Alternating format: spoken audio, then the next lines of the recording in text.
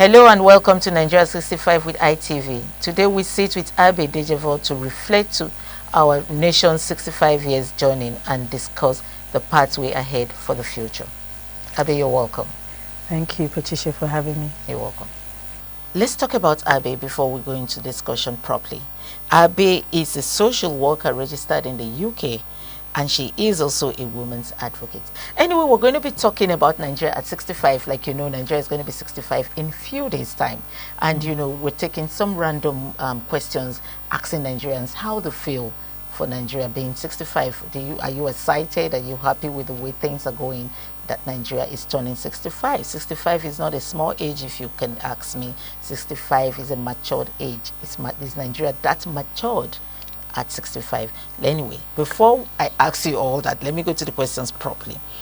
What role do you believe leadership has played in Nigeria's current situation at 65? You know, we've been having leaders coming in on board, you know, we're voting our leaders and all that. What role do you think these leaders have helped us around this Nigeria being 65? Before Nigeria turned 65, now we're going to be 65. Have there been any role they have played in shaping Nigeria at 65? Okay, thanks for asking that question.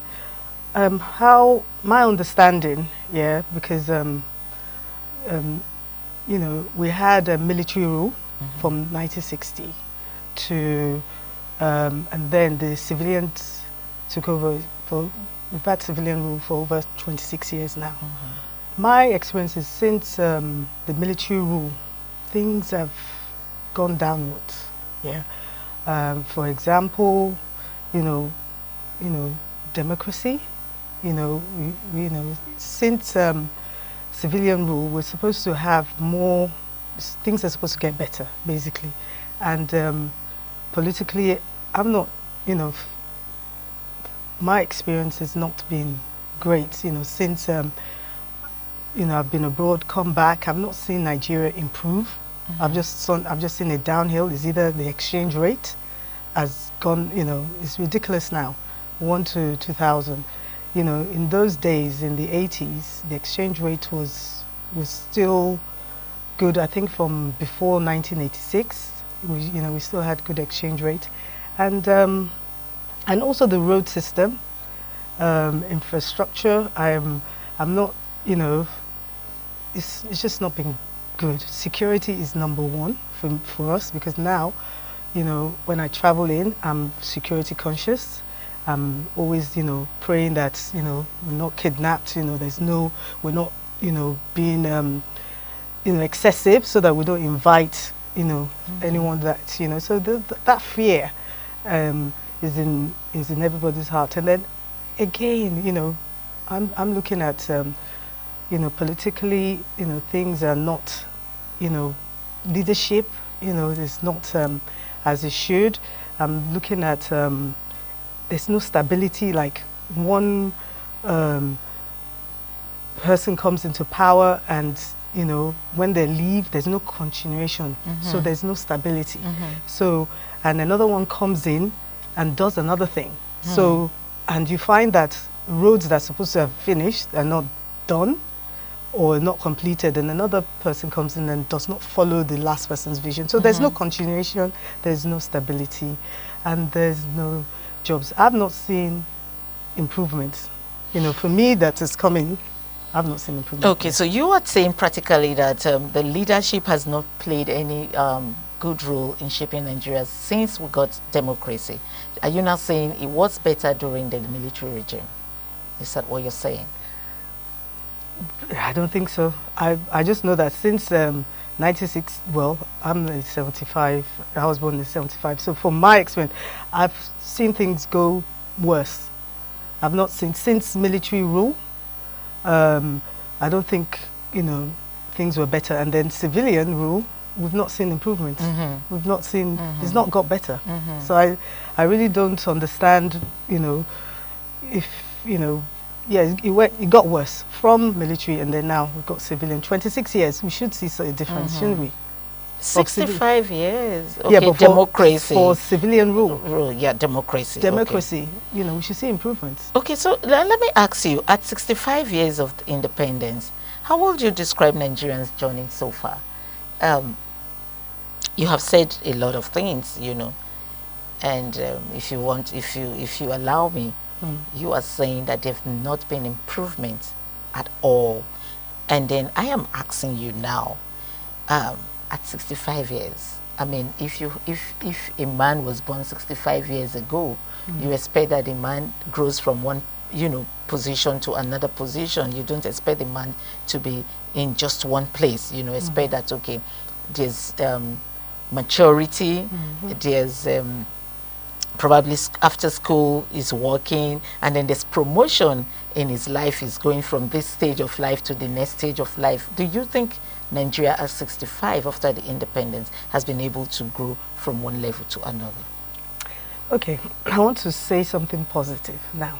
You know, there's been a lot of negative, but one thing I do know has grown, yeah, is the music industry. Yeah, that has got better.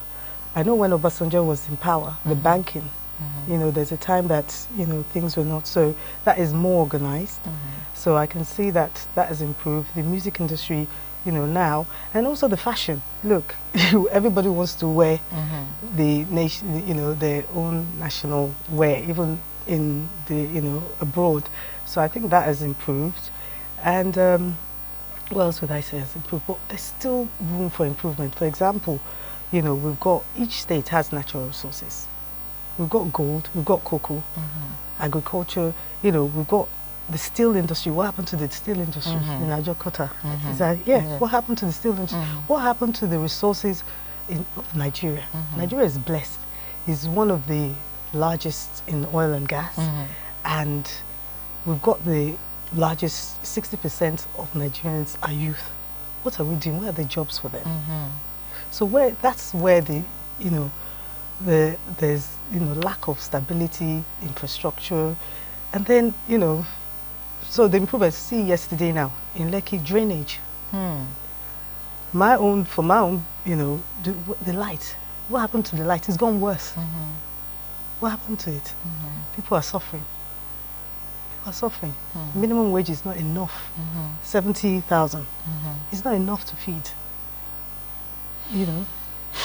So from your own perception or view, you think that Nigerians' journey has not been that good so far for the past 65 years? No, to my... But like you said, some part of it, like you said, the musical aspect of it, if I will remind you, we all also now have the mobile phone, which we never had. Technology. Yes, technology. Yes, okay. Yes. That's another one. Communication is big. Okay, so many Nigerians feel a sense of disappointment at 65. Do you think this sentiment is justified? You know, many Nigerians are saying on the streets, when you ask them, they say, what has Nigeria offered me at 65? You know, and I hear them speak the language of saying, do not let Nigeria happen to you. Okay, so that's not a good language when you say, do not allow Nigeria happen to you. And everybody wants to japa. That's the word now. Everybody wants to leave the country. So do you think that this sentiment is justified? You know, people wanting to run away from the country, people saying don't allow Nigeria happen to you, and people saying nothing good can come out of Nigeria. Do you think it's justified? Okay, for me, I'll use my own, like, I love Nigeria. Nigeria is my home. I remember when I was younger, all I wanted to do to go abroad was just to go for a holiday and come back home. There was nothing like, and I think a lot of people abroad want to come back. There's nowhere. And I think there's a research that shows that people are happy, people in Nigeria are actually happy, you know, than people in UK or they're abroad. Happier than people in UK. UK. For whatever reason, maybe because you're around family, you're around people of your own kind. So I believe a lot of people that have gone Jap, they really want to be in Nigeria, but because of the situation of, you know, of employment, of, you know, that's why, you know, they've gone, you know, abroad. So to me, I love Nigeria. That's why I've come back, and, you know, to help others. And I believe that people that are abroad, I feel that one thing they can do is come back and help Nigeria. Grow with their talents, with their skills, because there's a lot of doctors that have gone out there and I heard there's lack of nurses, lack of, you know, but come back and bring your skills.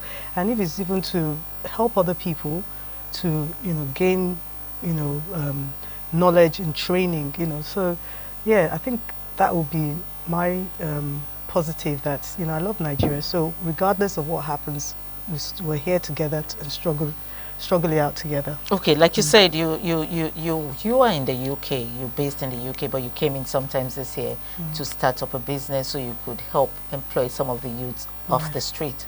Okay, so what's your experience? What are your experience like? Has it been, how do I put it? Has it been a thing that you are enjoying, or has there been some regrets? I would say it's been a struggle because of things like light, electricity, you know, having to get inverters and to make, you know, the business work. And even staff training has been a, you know, challenge, because you need to re-educate the staff, you know, because, and them to think that there's hope, you know, in what we do, and not take them for advantage. Like the minimum wage is not enough, so we have to supplement. Like I have to feed them, give them extra transport, just so that things can be better. So I would say, when you say regrets, there's opportunities in Nigeria, yeah, but it's just how you make use of it. But it's just the other things that comes with it, you know. For example, the roads, the water, you know, like today now we've got a was it a few days ago we got a new borehole sorted out, but the water still comes out yellow. That's in Lekki. And so it's just, you know, challenges like that. So I would say, you know, regrets, you know, to me, I'm resilient, I'm a fighter, so I will continue to do it until it works. And my own is to create employment. And there's a lot, even in things like shea butter, there's a lot that you can export out to bring money back to this. I'm just looking for ideas where we can make things better, where we can use our resources and export things out, and, you know, bring employment here. Okay, thank you, Abiodun. I'm going to talk about national unity. Okay, let's talk about the unity of Nigeria. You know, Nigeria is blessed with different tribes, different languages, and all that. So at 65, do you think Nigeria has achieved true nationality? You know, true national unity, all of us being one, speaking in one voice. Do you think at 65 we've been able to achieve that? Not yet. Not yet, because how did Boko Haram, you know, I feel that's part of you know, diversity. We're supposed to be, there should be more unity, and we're not there yet, but we're trying. Yeah, it's just for us to a mindset, and for us to, you know, to see one another as one, and to help one another, and to encourage one another, and to make one another great. So he says we're a brother's keeper. So well, you know, so if we continue to think we're separated and that we're not one, then it's going to continue like that. But if we come together as one and fight this, but I feel that the youth, we can see that in the youth, you know, they're more united. They're not thinking about whether you're Igbo, Hausa, or Yoruba. Yeah. They're just, you know, with it. And a Fighting lot of for people one are cause. marrying Yes. into marriage, you know, relationships. So it's different now for the youth. But so I feel that, you know, to me, the youth is our future, because they're not polluted or diluted or, you know, I had a discussion with someone yesterday, and then I said this same word. I said the youth is our future, the youth are our future leaders for tomorrow. And they said no, they are the leaders of today. And I want to agree with him, because it's been a saying all these years that the youths are the leaders of tomorrow. So, but we have brought it back home now. The youths are the leaders of today. And like you said, we found that the youths making impacts, you know, standing up for some things that are not right.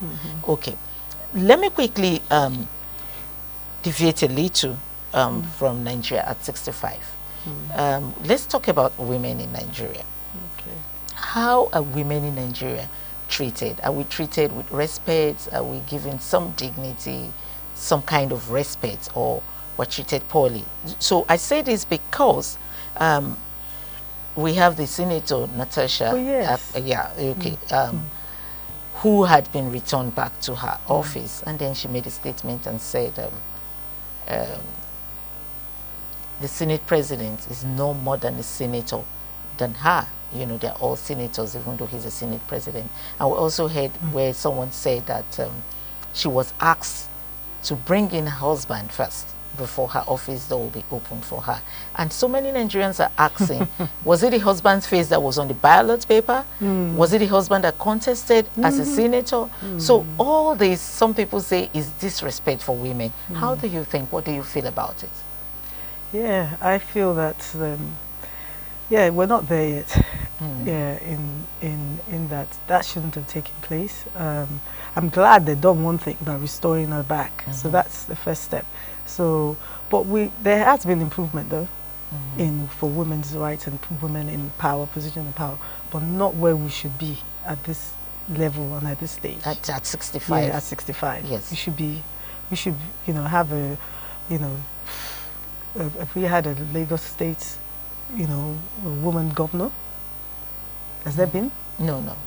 So at least that. But we have had deputy governors that are women. Yeah, but let's take it to the next level. Let's see, you know, let's let it, you know, yes, we've had that, but we should have overcome that, and then next, you know, having a vice president as a woman. As a woman. Yeah. Yeah. But we haven't reached there. If we can have one on, you know, yes, we've had women as senators. Right now we have just 3 women representing women as a whole in the House, in the Senate House. So I don't know if we're there yet. I don't know. We're not. Definitely not. Definitely not. So to you, we are not there yet. Okay. Let's go further to other questions that I have here. In your own view, what are the key challenges Nigerians are facing, or Nigeria is facing right now? The key challenges that you think Nigeria is facing right now? No jobs, lack of jobs, security. People, you know, that have the money, you know, like for example now, since I've come, I've had things stolen from me as a person, but, you know, we know that. Yeah, so, okay, key things, you know, no jobs, security, electricity, leadership, you know, corruption, still there. Would you say business? You know, we need to more you're not looking at the education sector and education and the medical section. Education. I had someone that was telling me yesterday that she can't pay for her school fees. Her 3 children's school fees. And I said, why don't you take it to government? To public school, yes. Government is free. She said, no, it's not. It's private, because by the time, with all the lists they gave her to buy this, is actually more than a private school. And she said her son is always coming back home sick, that the teacher will beat him on his head, headache. She will have to go and pay money to buy medication or nurse the wounds. That there's no security, there's no, you know, this, you know. So she, you know, that she's found that it's cheaper for her to take the child to private school for that. So education, all this striking, all these teachers strike. Is it health? Recently there was a strike. You know, a lot of the lack of doctors, because a lot of them are abroad. But nurses, health-wise, I was asking the other person that, you know, because from UK now, we have the national health system, which is free. So even you as a foreigner, you come, the ambulance come, they'll still treat you first before they don't, you know, later on they can sort out if you're a foreigner, but they'll treat you first. And I said, so if we go to Evercare and, you know, you're dying, they said they will treat you. You'll die there. So I just thought to myself, when are we going to get to where we can do that? Even in government hospitals, general, you have to pay. It's not free. You have to pay. So to me, healthcare is you know, healthcare, education, and, you know, people are just not happy, and, you know, with the money, they're begging, they're doing things they wouldn't normally do.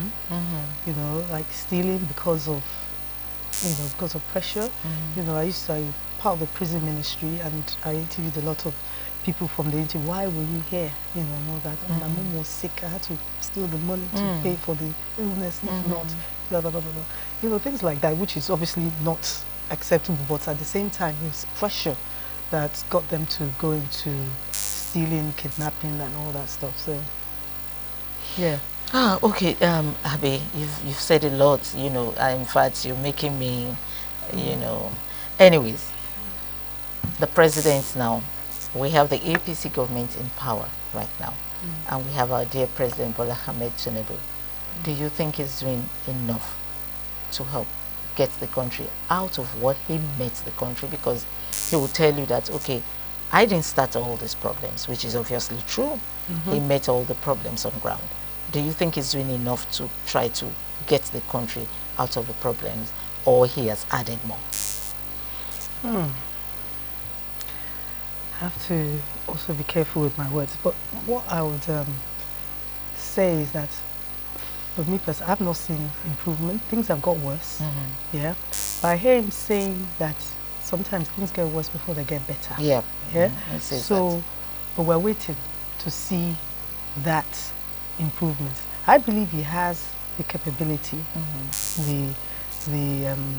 you know, to make a difference in Nigeria, and you know, and to undo the things that have, you know, caused the issues, which is corruption, you know, because leadership comes from the head down. If they see you making a change, you coming out saying, okay, listen, this is how much I earn, and it's true, everybody will follow.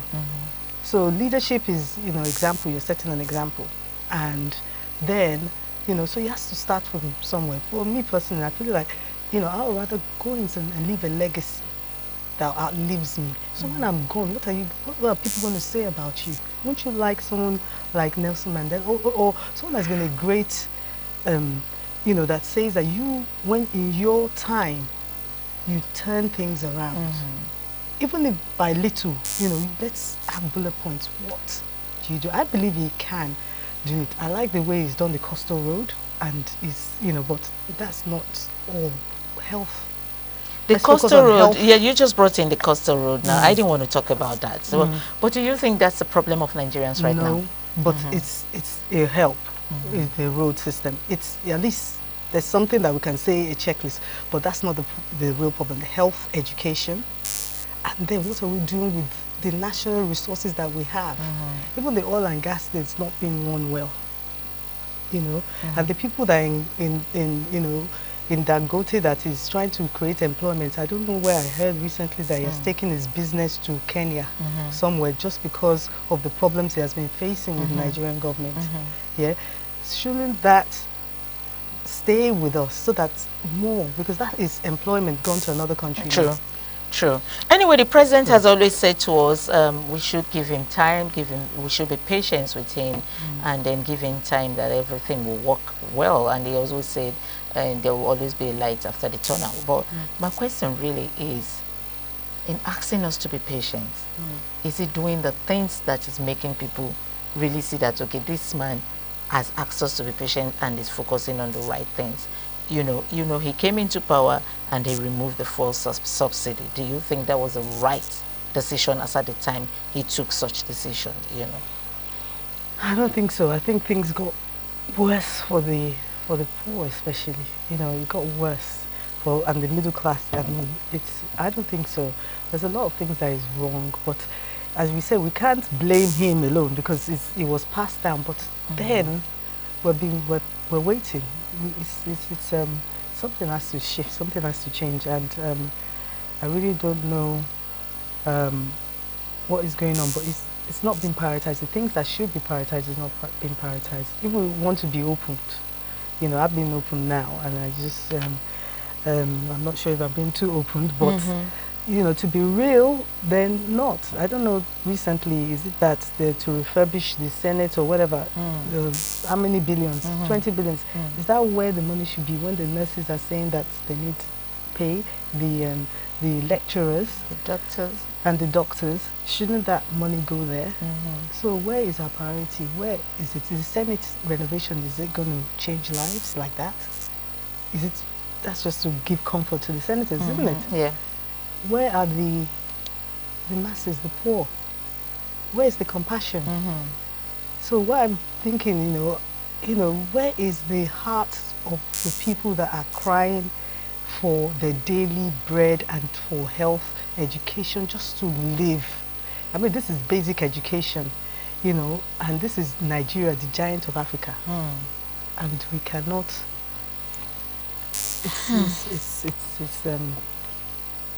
What's the word you want to use? I really don't know what to say, Okay. but it's... Abe, you've been so fantastic with this independence. I mean, it's Nigeria at 65, and we're still with Abe seated here in the studio. Abe, we're going to be running through some little questions, some few questions before we call it a day. Okay, so my next question is, what do you think is the country's biggest achievement since independence? At least there should have been one that we have gotten right. Which one do you think we got right? Okay. Music industry. Oh, you keep Sorry, I saying- keep saying because we're doing very well. Yeah. We're doing very, very well. I mean, people would rather buy, even when you're in UK, you will hear Davido, you will hear all this. I think that one, I think it was the time of Jonathan or Rule that he really empowered the youth and the music industry. Sorry, I say that, but but we could do more. But that is what I can see that, okay, fine. And the fashion industry. But is that what life is really about too? But anything else? At Okay, you said 65. technology At has 65, improved, yes. communication has improved. Everybody has a mobile phone, that's improved. Banking too has improved, but we can get better. I went to the MTN today to retrieve my numbers, and they asked for my name to get my number, but it wasn't there. What I'm just saying is that we're getting there. We should get to a point where everybody's details is computerized. Then you'll be able to do more for them, like even research based and connect things, and for security as well. Sorry, I don't know what to say. Abe, and you're really- making me scared at 65. It's just the music industry. What else? Do you know of anything? Sorry. No, you are my guest, so you should be telling me. I'm trying to think. What else? Really? What At else? 65 is just the fashion and the music industry. We give kudos to prices- these food prices has gone musicians. Yeah. Food prices, employment is down, health is down, education, political, there's also issues there, social, economic, security, roads. I'm just thinking technology, we can get better, but that's why I said that's improved, bank is improved. So I'm just trying to think, what else? Anyway, I don't need you to crack your Unless you brain. can help me, I'm trying to think. What I don't else? need you to crack your brain, but that's a perception. That's how you think. That's what you feel about Nigeria's biggest achievements since independence. Anyway, what are your advices for the government of today? Starting from the grassroots government, we have the councillors, because everything shouldn't be just the president, and the president. We have the councillors, we have the local government chairman, we have the governors of your states who you should hold accountable for things that are not being done properly. Then we have the president. So what is your advice for them? I just think proper, organization of the constituency, and to make sure that things are being inspected if they've rolled out their budget to do certain things, to make sure it's done, and how would I say, local government, you're supposed to look after the people in the community, go out there, hear what they're saying, support them. There should be where, I'm praying for a day where, there will be, where, that's what I'm saying, if everybody's details is computerized, because I was saying that why can't they give people that are not working sustenance, like in the UK now, if you're not working, you get unemployment benefits, yeah? And then there will also be a place where they'll train you, jobs vacancy, there, where they would train you to get a particular job depending on your passion and your experience, so that you're not on that for long.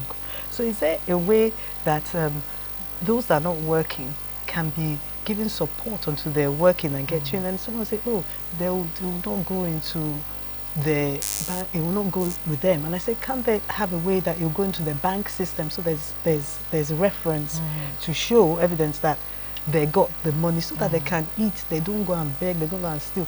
And then housing also, one of the government housing where you can support them, you know, even if you can't help get, there's no government housing, then support them with some money and tell them the particular place. Like, to me, if I was the governor or the local, you know, I'll find a way where I'll make buildings, maybe studio, you know, flats, you know, so that is cheap and affordable.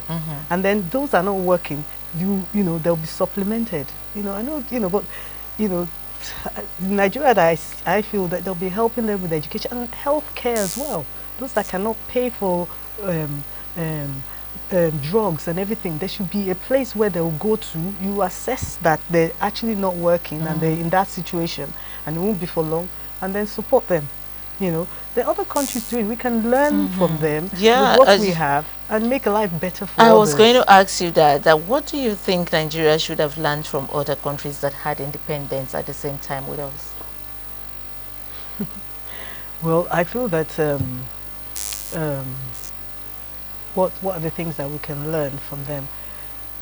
That Ghana got independence during the time, but things are more settled. I went to Ghana, it's been quite a while, and I was surprised to see the transport, the roads, they have lights, 24 hours lights.